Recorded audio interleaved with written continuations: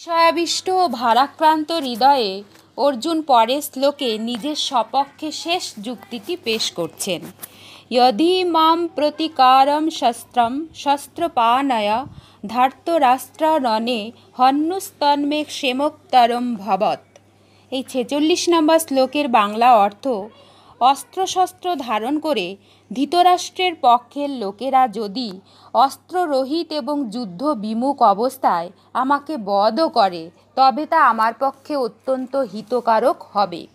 ব্যাখ্যা: অর্জুন বলছেন যে আমি যদি যুদ্ধ থেকে সর্বপ্রকারে বিরত হই তাহলে হয়তো দুর্যোধন ইত্যাদিরাও যুদ্ধ থেকে নিবৃত্ত হবেন। কারণ আমরা যদি কিছু না চাই, যুদ্ধ না করি, তাহলে তারা যুদ্ধ করবেন কেন? কিন্তু যদি হঠাৎ ক্রোধের বশে অথবা অস্ত্রধারী এই ধৃতরাষ্ট্রের পক্ষের ব্যক্তিরা চিরকালের মতো আমাদের পথের কাঁটা দূর হোক, শত্রুতা শেষ হোক, এই ভেবে যুদ্ধ বিমুখ এবং অস্ত্ররহিত অবস্থায় আমাকে হত্যা করে, তাহলে তাদের সেই কাজ আমার পক্ষে অত্যন্ত হিতকারী হবে। কারণ গুরুজনদের যুদ্ধে নিহত করবার সিদ্ধান্ত গ্রহণ করে যে বিরাট পাপের বোঝা নিতে যাচ্ছিলাম তার প্রায়শ্চিত্ত হবে এবং সেই পাপ থেকে আমার শুদ্ধিকরণ হবে। অর্থাৎ যুদ্ধ না করলে আমি পাপ হতে রক্ষা পাবো এবং আমার বংশও নাশ হবে না। মানুষ যখন নিজের জন্য কোনো বিষয়ের বর্ণনা করে সেই বিষয়ের প্রভাব তখন তার উপর পড়ে। অর্জুনও যখন 28তম শ্লোক থেকে শোকাবিষ্ট মানে শোকের দ্বারা আবিষ্ট হয়ে বলতে আরম্ভ করলেন তখন তিনি তত শোকমগ্ন ছিলেন না যতটা এখন হয়ে পড়েছেন। অর্জুন প্রথমে যুদ্ধে বিরত হননি, কিন্তু শোকাবিষ্ট হয়ে বলতে শুরু করে শেষ পর্যন্ত যুদ্ধে বিরত হলেন এবং ধনুক ত্যাগ করে বসে পড়লেন। ভগবান ভাবলেন যে অর্জুনের কথা বলার স্রোত শেষ হলে তবে তিনি বলবেন, অর্থাৎ অর্জুনের দুঃখ তার কথার সঙ্গে সঙ্গে বের হয়ে আসবে এবং তার আর কোনো দুঃখ অন্তরে জমা থাকবে না। তবেই আমার কথার প্রভাব অর্জুনের উপর পড়বে। সেই জন্য ভগবান অর্জুনের বক্তব্যের মাঝখানে কিছু বলেননি। বিশেষ কথা, এতক্ষণ পর্যন্ত অর্জুন নিজেকে ধর্মাত্মা মনে করে যত প্রমাণ এবং যুক্তি দেখিয়েছেন জগতের সংসারী ব্যক্তিগণ সেই প্রমাণই যথার্থ বলে মনে করবেন এবং পরে ভগবান অর্জুনকে যেসব কথা বোঝাবেন সেগুলি তাদের কাছে ঠিক বলে মনে হবে না। তার কারণ হচ্ছে এই যে মানুষ যে পরিস্থিতিতে থাকে সেই পরিস্থিতি সেই শ্রেণীর কথাকেই তারা ঠিক বলে মনে করেন, তার থেকে উচ্চ শ্রেণীর কথাকে তারা অনুধাবন করতে পারে না। অর্জুনের মধ্যে স্বজনপ্রিয়তার মোহ ছিল এবং সেই মোহে আবিষ্ট হয়ে তিনি ধর্ম এবং সাধুতা সম্বন্ধে বড় বড় কথা বলেছিলেন। সুতরাং যাদের মধ্যে স্বজনপ্রিয়তার মোহ আছে তাদের অর্জুনের কথা ঠিক বলে মনে হবে, কিন্তু ভগবানের দৃষ্টি থাকে জীবের কল্যাণের দিকে, অর্থাৎ তিনি দেখেন কি করে প্রাণীর কল্যাণ হবে। ভগবানের সেই উচ্চ ভাবকে তারা মানে লৌকিক দৃষ্টিসম্পন্ন ব্যক্তিগণ যারা তারা বুঝতে পারেন না। সুতরাং তারা ভগবানের কথা ঠিক বলে মেনে নেবে না, বরং তারা মনে করবে যে অর্জুনের পক্ষে এই পাপরূপ যুদ্ধ থেকে দূরে থাকাই উচিত। ভগবান তাকে যুদ্ধে নিয়োজিত করে ঠিক করেননি।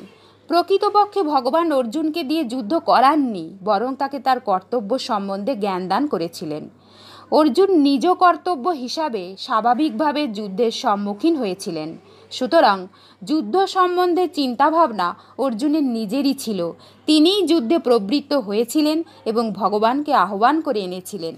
এখন সেই কাজকে তার বুদ্ধিতে অনিষ্টকারক বলে মনে হওয়ায় তিনি যুদ্ধে বিমুখ হয়েছেন, অর্থাৎ নিজ কর্তব্য থেকে চ্যুত হয়েছেন। তাই ভগবান বলেছেন যে এই যে অর্জুন যুদ্ধে পরাণমুখ হচ্ছেন এ হচ্ছে অর্জুনের মোহ। তাই সময়োচিত যে কর্তব্য শতর সামনে আসে তা ত্যাগ করা উচিত নয়। কোনো এক ব্যক্তি বদ্রীনারায়ণ যাচ্ছিল, কিন্তু পথে দিগ্ভ্রম হওয়ায় সে দক্ষিণকে উত্তর এবং উত্তরকে দক্ষিণ ভাবতে লাগলো। তখন সে বদ্রীনারায়ণের দিকে না গিয়ে বিপরীত পথে চলতে শুরু করলো। পথে এক ব্যক্তির সঙ্গে দেখা। সে জিজ্ঞাসা করলো, ভাই তুমি কোথায় যাচ্ছ? প্রথম ব্যক্তি জবাব দিল, বদ্রীনারায়ণ। তখন সেই ব্যক্তিটি বলল, ভাই বদ্রীনারায়ণ এদিকে নয় ওই দিকে, তুমি তো উল্টো পথে যাচ্ছ। সুতরাং ওই লোকটিকে বদ্রীনারায়ণ পাঠায়নি, সে শুধু দিক নির্দেশ করে ঠিক রাস্তাটা দেখিয়েছিল। তেমনি ভগবানও অর্জুনকে তার কর্তব্য সম্বন্ধে জ্ঞান দিয়েছিলেন, যুদ্ধ করাননি। আত্মীয় স্বজনদের দেখে অর্জুনের মনে হয়েছিল যে আমি যুদ্ধ করব না, নয় ইয়ৎসে, কিন্তু ভগবানের উপদেশ শুনে অর্জুন বলেননি যে আমি যুদ্ধ করব না। তিনি বলেছিলেন যে আপনার আদেশ পালন করব, করিষ্যে বচনং তব, অর্থাৎ তিনি নিজ কর্তব্য পালন করবেন। অর্জুনের বাক্যে এই প্রমাণ হয় যে ভগবান তাকে তার কর্তব্য সম্বন্ধে জ্ঞান দিয়েছিলেন। প্রকৃতপক্ষে যুদ্ধ হওয়া অবশ্যম্ভাবী ছিল, কারণ সবারই পরমায়ু শেষ হয়েছিল। এর অন্যথা কেউ করতে পারত না। ভগবান স্বয়ং বিশ্বরূপ দর্শন করানোর সময় অর্জুনকে বলেছিলেন যে আমি বৃদ্ধিপ্রাপ্ত কাল এবং সকলের সংহার করার নিমিত্ত এখানে উপস্থিত হয়েছি। সুতরাং তুমি যুদ্ধ না করলেও তোমার বিপক্ষের যুদ্ধবৃন্দ কেউই জীবিত থাকবে না। সুতরাং যুদ্ধরূপী এই সংহার অবশ্যই হওয়ার ছিল। অর্জুন যদি এই সংহারে অংশ না নিতেন তাহলেও এটি হতো। যদি অর্জুন যুদ্ধ না করতেন তবে তিনি মাতৃ আজ্ঞায় দ্রৌপদীর সঙ্গে পঞ্চভ্রাতার বিবাহ স্বীকার করে নিয়েছিলেন। সেই যুধিষ্ঠির মায়ের যুদ্ধ করবার আদেশ নিশ্চয়ই পালন করতেন।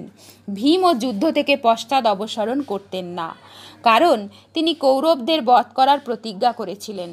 দ্রৌপদী এমন কথাও বলেছিলেন যে যদি আমার পতিগণ মানে পাণ্ডবগণ কৌরবদের সঙ্গে যুদ্ধ না করেন তাহলে আমার বাবা মানে ধ্রুপদ, ভাই ধৃষ্টদ্যুম্ন, আমার পঞ্চপুত্র এবং অভিমন্যু কৌরবদের সঙ্গে যুদ্ধে প্রবৃত্ত হবেন। এইরূপ কয়েকটি বিশেষ কারণ ছিল যাতে যুদ্ধ বন্ধ হওয়া সম্ভব ছিল না।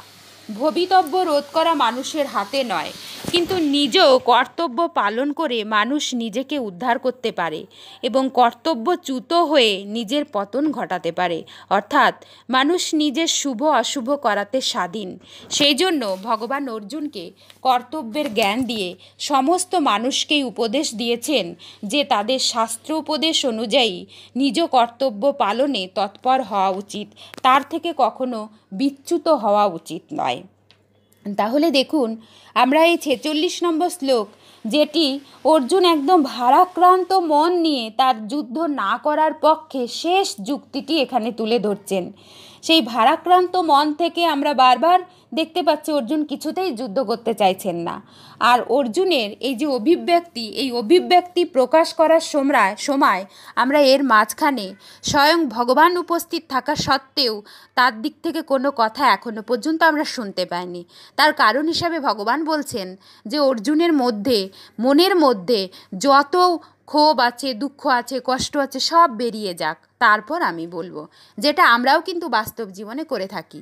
কোনো মানুষ যখন বিষাদমগ্ন হয়ে যায় তখন সে যখন তার দুঃখের কথা বলতে থাকে, কষ্টের কথা বলতে থাকে, তার মাঝখানে আমরা কথা বলি না। তার বলা হয়ে গেলে কি করে সে পুনরায় স্বাভাবিক অবস্থায় ফিরে আসতে পারে সেই চেষ্টা আমরা করি। এরপরে আমরা দেখব ভগবান শ্রীকৃষ্ণও কিন্তু সেই কথাটাই বা সেই কাজটাই করছেন। এবারে এই শ্লোক প্রসঙ্গে আমরা একটা রাজার গল্প বলতে পারি। রাজা তার রাজ্যের রাজা করার রাজপদ দেওয়ার জন্য একজনকে নির্বাচন করে নিয়ে আসতেন এবং নির্দিষ্ট সময় পর তাদের রাজত্ব থেকে অপসারণ করে বনবাস পাঠিয়ে দিতেন।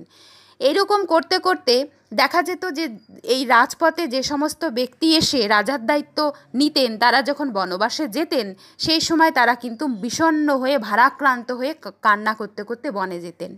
এইরকম একটা পরিস্থিতিতে এক ব্যক্তি এলেন যিনি ওই রাজপদে বসলেন। তিনি প্রথমেই কি করলেন না প্রজাদের হিতের জন্য, কল্যাণের জন্য তার যারা মন্ত্রণা দেয় সেই সমস্ত ব্যক্তিগণকে ডেকে পাঠালেন এবং তাদের সঙ্গে পরামর্শ করে প্রজাদের কল্যাণের জন্য যা যা করণীয়, ভালো রাস্তা তৈরি করে দেয়া, জলের সরবরাহ করে দেয়া, পুকুর খনন করে দেয়া, এই সমস্ত কাজ তিনি খুব দ্রুততার সঙ্গে সমাপ্ত করলেন।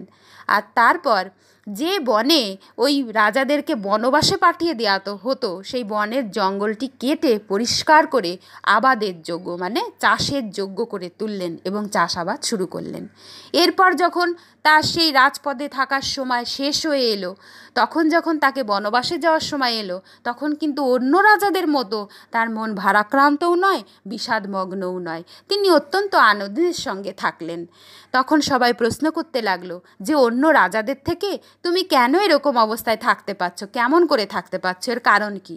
তখন তিনি বললেন যে দেখো, রাজারা যেখানে যেতে হবে অর্থাৎ জঙ্গলে, সেখানকার হিংস্র পশুদের হাত থেকে কি করে রক্ষা পাবে এই ভেবেই তারা অনেক বেশি কান্না করতেন, অনেক বেশি দুঃখ পেত।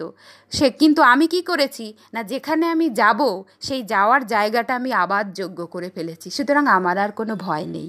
তাহলে এই গল্পটা থেকে আমরা কি শিখব না, আমাদের জীবনটাও কিন্তু এরকম আবাদযোগ্য করে ফেলতে হবে। লোকের হিতকর কল্যাণকর কাজে আমাদের জীবনটাকে লাগাতে হবে। কিভাবে লাগাবো দেখুন, মানুষ যখন জন্মগ্রহণ করে, এই মনুষ্য জন্মই হয় কিন্তু ভগবানকে প্রাপ্ত করার জন্য। ভগবান দিয়েছেনই এই মনুষ্য জন্ম আত্মকল্যাণ করার জন্য। সেই আত্মকল্যাণ করার কাজে কিন্তু এই আমরা যখন মনুষ্য জীবন লাভ করি, তখন সেই সংসারে ভোগের দ্বারা প্রেরিত হয়ে আমরা যে কাজগুলো করি, অর্থাৎ যে অর্থ সংগ্রহ করি, বাড়িঘর তৈরি করি, নিজেদের মনে করে অনেক আত্মীয় স্বজনের সম্পর্ক তৈরি করি, এরা কিন্তু কেউই আমাকে সেই পরলোকের সঙ্গ দিতে পারে না। এই সঙ্গ দিতে না পারার কারণে মৃত্যুকালে মানুষের মৃত্যু চিন্তা নিয়ে প্রবল ভয় হয়, তার কারণ হাতে তখন তার কাছে কিছু নেই। ব্যাপারটা ঠিক কেমন হয় দেখুন, আমরা যখন বাংলাদেশ থেকে ভারতবর্ষে আসি, তখন কি করতে হয় না, বাংলাদেশের টাকাটাকে ভারতীয় টাকায় রূপান্তরিত করতে হয়। বা ভারত থেকে যখন আমরা অন্য বিদেশে যেমন আমেরিকায় যাই বা রাশিয়ায় যাই, যেখানেই যাই, সেখানকার টাকায় রূপান্তরিত করতে হয়। না করলে কি হবে না, আমরা যে টাকা সাথে নিয়ে যাব সেই টাকা ওখানে চলবে না, সেই জন্য আমরা কিন্তু জীবনটাও সেখানে ভালোভাবে যাপন করতে পারবো না। ঠিক এইরকমই ঘটনা কিন্তু এই মনুষ্য জীবনেও ঘটে। এই সংসার করতে করতে আমরা ভোগের দ্বারা যে সমস্ত কিছু সংগ্রহ করি, সেগুলো তো আমাদেরকে পরলোকে আমাদের সঙ্গে যায় না। সেই না যাওয়াতে তাহলে আমার হয়ে যায় আমি পুরো শূন্য হাত, খালি হাত। এই খালি হাত নিয়ে সেই জগতে গিয়ে আমি কি করব, এই ভাবনায় কিন্তু আমরা বিষাদগ্রস্ত হয়ে পড়ি। আমরা কখনোই নিজেদেরকে স্থির রাখতে পারি না।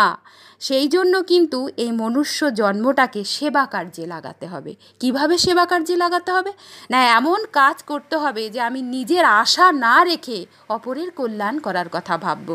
যে অন্যকে কিছু করে দেওয়ার বিনিময়ে আমি যে কিছু চাইবো সেটা কিন্তু নয়।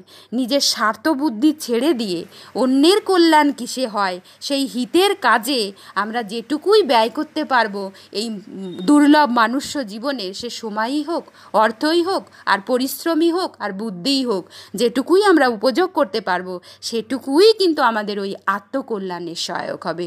মানে সেটুকুই আমরা রূপান্তরিত করে নিতে পারলাম, আমাদের সেই পরলোকে যাওয়ার মধ্য দিয়েই আমরা মানে যাব, যে সেই যাওয়ার পাথেয় হিসাবে আমরা কিন্তু এটুকুই সংগ্রহ করতে পারবো। আর আমাদের লক্ষ্য রাখতে হবে যে আমরা অকর্তব্যের মাধ্যমে অর্থাৎ হিংসা, অন্যায়, দেশ এইভাবে কোনো কিছু উপার্জন আমরা করব না, কারণ এটা সৎ পথের উপার্জন নয়। এটাকে আমরা কোনোভাবেই রূপান্তর করতে পারবো না, আমাদের জীবনে পতন ঘটবে। আর আমরা সেই যে কাজ করলাম সেই কাজ অনুসারে আমরা নরকগামী হব। মানুষ যেহেতু শুভ অশুভ কর্ম করতে স্বাধীন, তাই সর্বদা আমরা চেষ্টা করব অশুভ কর্ম করব না, অকর্তব্য করব না, সর্বদা শুভ কর্ম, কর্তব্যপরায়ণ এগুলোই আমাদের হতে হবে। এই সচেতনতার মধ্যেই মানুষের কল্যাণের বীজ নিহিত আছে। আমরা এই সচেতনতাই যদি অবলম্বন করতে পারি, তাহলে কিন্তু আমরা ভগবৎ পথের পাথেও খুব সহজেই জোগাড় করে নিতে পারবো। আমরা কোনোভাবেই ভয় পাবো না, হেরে যাব না, ভগবানের চরণে ঠিক আমরা পৌঁছে যাব।